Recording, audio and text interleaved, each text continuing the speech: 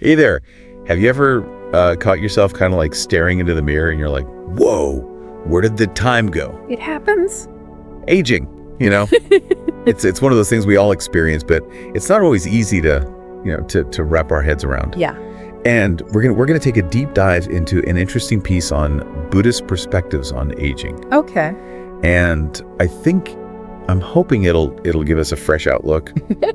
And we're not just gonna try to figure out what Buddhists, say about getting older. Right. We want to see how we can actually apply it to our own lives. Absolutely. Like starting today. That's what I love about these deep dives. Are you ready? I'm ready. Let's do it. Okay. All right.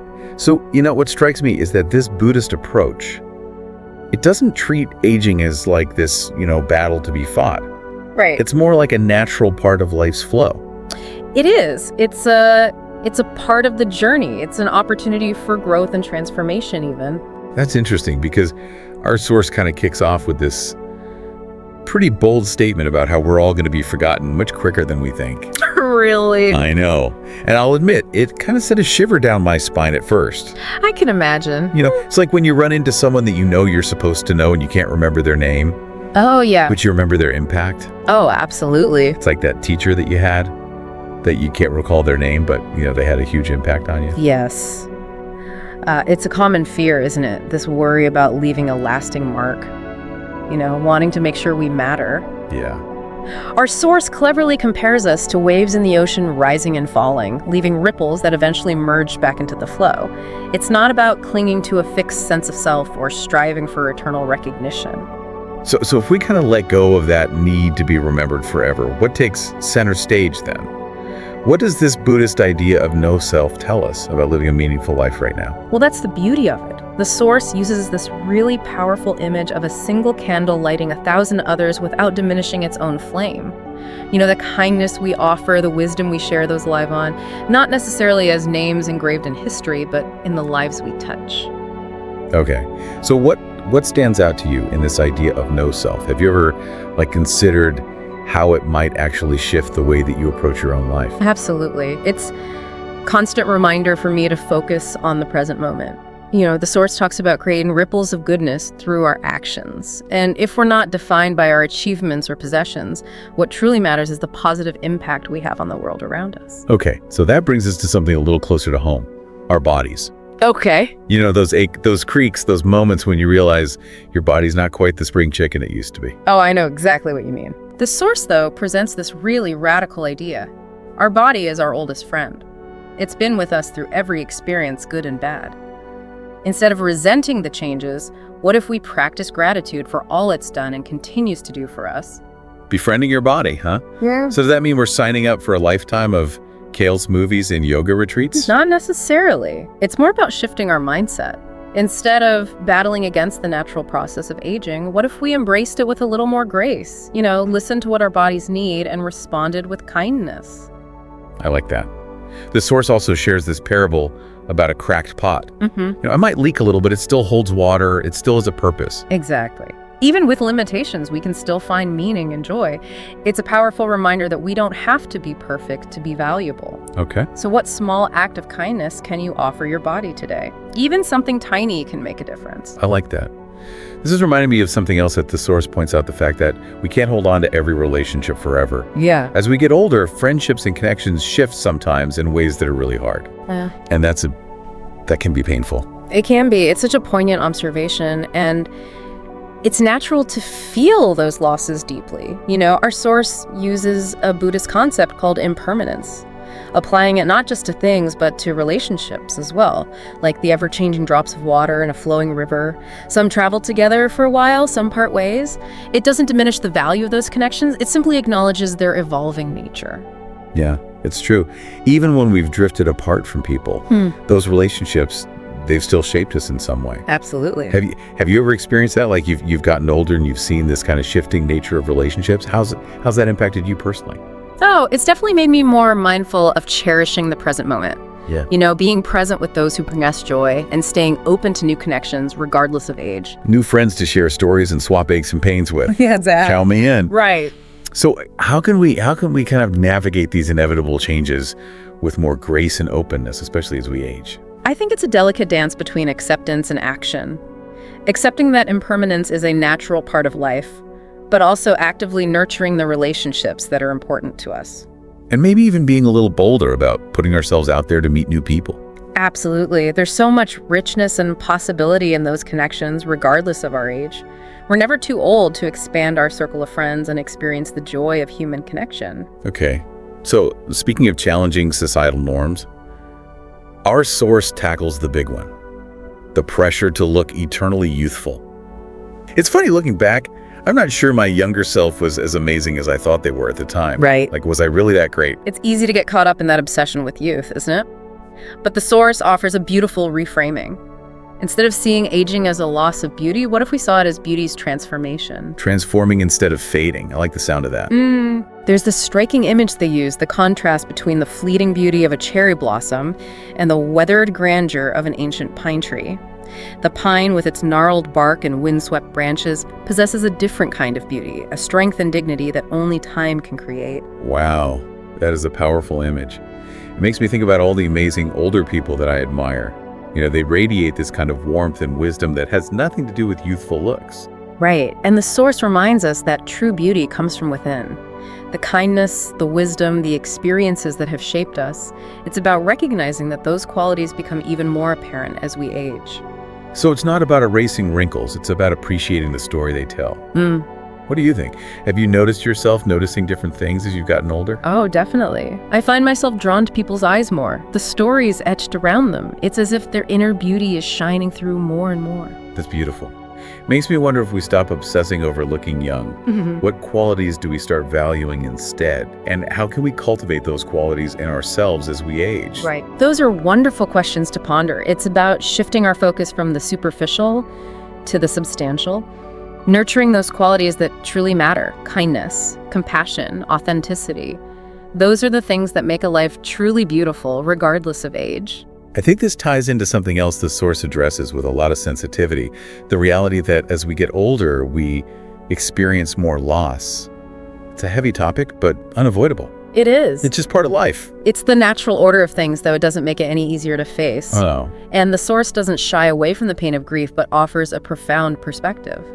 Love transcends death. It lives on in us and through us. It makes me think of those moments when a familiar scent or a song will just instantly transport you back to a moment with someone you've lost. Their presence somehow is still there. Exactly. The source shares a poignant story about a woman named Kisa Gotami who was consumed by grief after losing her son. The Buddha challenges her to find a mustard seed from a home that has never known death. Oh, wow. That's an impossible task. Precisely. And as Kisa Gotami searches, she comes to understand that death is a universal experience, a shared thread that connects us all. It doesn't diminish her grief, but it does offer a wider context. So it's not about getting over grief, but rather learning to live with it, to carry that love forward. The source emphasizes that we don't just move on, we move forward. The love we shared, the memories we hold, the essence of those we've lost, they all become part of our journey. That raises a question for me. If love truly never dies, how can we turn grief into a source of strength and gratitude? How can we honor those we've lost by living fully? That's something I think we all grapple with in our own way. The source suggests focusing on the positive, the joy we shared, the lessons we learned, the love that shaped us. It's about finding ways to keep their spirit alive in our actions, our kindness, the way we move through the world. Those are beautiful ideas and definitely ones worth reflecting on. I feel like we've already uncovered so much in just this first part of our deep dive into aging through a Buddhist lens. And it's left me wondering, if we knew our exact lifespan, would it change how we're living right now? That's a thought-provoking question. It makes me think about what we prioritize when we think about time as a finite resource. You know, maybe we'd be more daring or more present or more deliberate about expressing our love and gratitude. There's so much to unpack there, and it speaks to a core message that's emerging from our source. Aging is not the enemy fear is. It's a powerful reminder that we have a choice in how we approach this journey. We can choose fear, or we can choose curiosity. We can choose resentment, or we can choose gratitude. And I know which path I'd rather take. Me too. So let's dive into the second part of this deep dive and explore more practical ways to embrace aging with intention, joy, and maybe even a little bit of daring. It's fascinating how this Buddhist perspective reframes aging, as a process of unfolding, not decline. Yeah, it's a real shift in thinking. Instead of dreading those later years, maybe we could actually start looking forward to them. Seeing aging not as a loss of youth, but as gaining wisdom and a deeper understanding of ourselves and the world. Absolutely. And what's great about this source is it doesn't just offer these lofty ideas, it gives us concrete ways to apply these principles. Okay, so let's get practical. What are some key takeaways that we can start putting into practice today? Well, we touched on the fear of being forgotten, right? And how the Buddhist concept of no self encourages us to shift our focus. Yeah. Instead of obsessing over leaving a grand legacy, how can we make each moment count? Right. It's not about whether people will remember our names 100 years from now. It's about asking ourselves, what impact do I want to have on the world today? How can I create those ripples of goodness, even in small ways? That's such a powerful question, and it doesn't require grand gestures. It could be offering a genuine compliment, lending a helping hand, simply listening with an open heart. Those everyday acts of kindness, they might seem insignificant, but they have a ripple effect, don't they? Spreading outward in ways we might never fully grasp. Exactly. And think about our bodies. We talked about befriending them instead of fighting against the aging process. What does that look like in practice? I'm picturing less anti-aging and more self-acceptance. It's about honoring our bodies for all they've done and continue to do for us, treating them with respect and care, not punishment. So maybe that means listening to our body's cues, feeding them nourishing food, giving them rest when they need it. And movement. Not necessarily grueling workouts, but finding ways to move our bodies that bring joy and vitality. Maybe it's dancing, swimming, gardening, taking a walk in nature. I love that. It's about finding what feels good, what nourishes us physically and emotionally. Yeah. And it's about letting go of that pressure to conform to some external ideal. Speaking of letting go, we talked about the inevitability of change in relationships as we age. That can be tough, but it's also a natural part of life's flow. Yeah, I'm curious what resonated with you most about this idea of impermanence in relationships. It made me think about how each connection, even those that end, leaves its mark on us. It shapes who we are, informs our values, teaches us about love and loss. And it reminds us to appreciate the relationships we have right now, to be present with those who bring us joy and support. And to stay open to new connections. We never know who might enter our lives and enrich them in unexpected ways. The source also made an interesting point about how society pressures us to look eternally youthful. But the Buddhist perspective encourages us to find beauty in a different way. They use the analogy of the cherry blossom versus the ancient pine tree. One is fleetingly beautiful, the other possesses a strength and dignity that only comes with time. It's a beautiful reminder that beauty doesn't fade with age, it transforms. Exactly. It becomes more layered, more interesting, more reflective of a life fully lived. Those lines on our faces tell stories. Yeah. Our gray hairs represent lessons learned. Our bodies carry the wisdom of experience. It's about shifting our focus from outward appearances to inner qualities, cultivating kindness, compassion, authenticity.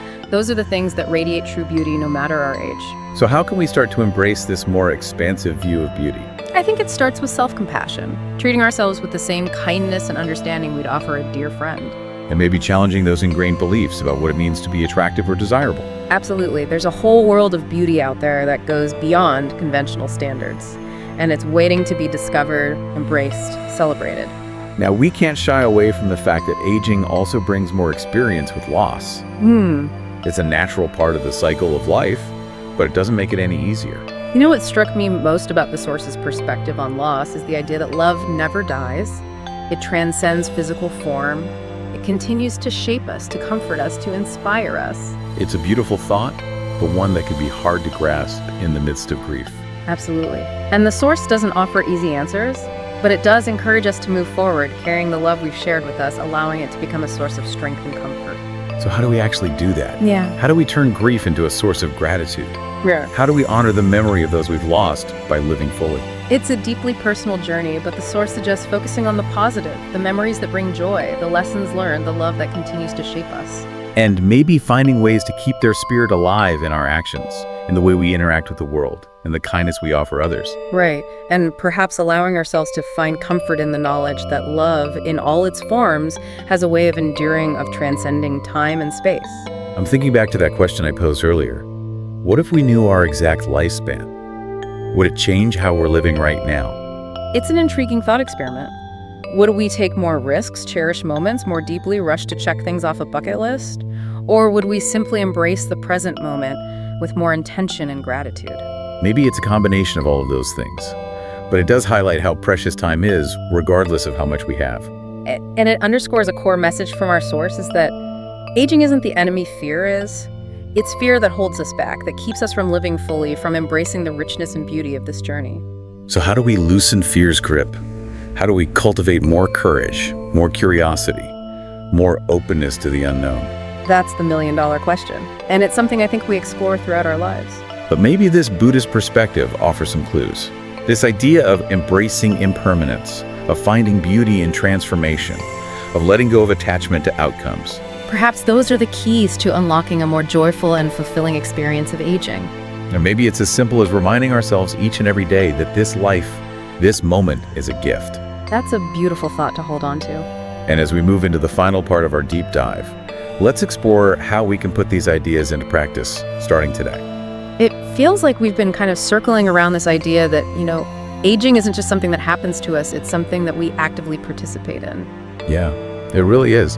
And that's pretty empowering, isn't it? We have a choice in how we approach it, how we experience it, how we shape it. So much of our conversation has been about, shifting our perspective, challenging those ingrained beliefs about aging that we often accept without question. It's like we're peeling back layers. Yeah. Cultural conditioning, societal expectations, even our own internalized fears. And underneath all that, we're finding this wellspring of wisdom, resilience, and possibility. This deep dive has been such a powerful reminder that aging doesn't have to be a process of decline. It can be a journey of growth, of deepening self-awareness, of expanding our capacity for love and compassion. The source talks about how the Buddhist perspective encourages us to see aging as a natural unfolding, a process of transformation that's as essential as birth and death. Yeah, it's a reframing that invites us to approach this stage of life with more curiosity, more acceptance, even a sense of reverence. And it's a perspective that's available to all of us regardless of our spiritual beliefs. We don't have to be Buddhist to embrace these ideas, to find wisdom in them, to apply them to our own lives. Earlier, you posed a thought-provoking question. What if we knew our exact lifespan? Would it change how we're living right now? I'm still mulling that over. Me too. It's a question that cuts to the heart of what we value, what we prioritize, what we're willing to risk or let go of. Maybe it would make us bolder.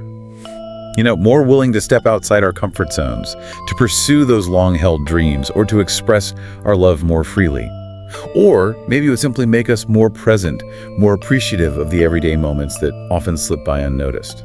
I wonder if it would shift our focus from trying to control the future to embracing the fullness of the present moment. That's such a key point. So much of our anxiety around aging stems from this fear of the unknown, this desire to cling to what we have, to resist the inevitable changes. But what if instead of resisting, we surrendered? What if we met the unknown with curiosity, with open hearts, with a willingness to be surprised? That's a challenging idea, but also a very liberating one. It requires a certain level of trust, doesn't it? Trust in ourselves, trust in the process, trust in something larger than ourselves. Trust is essential, I think, and it's something that can be cultivated, strengthened, deepened over time. And maybe that's one of the gifts of aging. A deeper understanding of what truly matters, a loosening of our grip on the things we can't control, a growing sense of peace and acceptance. There's a certain wisdom that comes with having lived through life's ups and downs, with having faced challenges and emerged stronger on the other side. We talked about befriending our bodies, honoring them for all they've done and continue to do for us. What does that look like as we navigate the physical changes of aging? It's about listening to our bodies with more compassion, recognizing their limits, but also celebrating their resilience. It's about finding ways to move our bodies that bring joy and vitality, even if those ways evolve over time. And it's about letting go of that pressure to conform to external standards of beauty, recognizing that true beauty radiates from within, from the kindness we offer, the wisdom we share, the authenticity we embody. We've also talked about the importance of nurturing relationships, both old and new.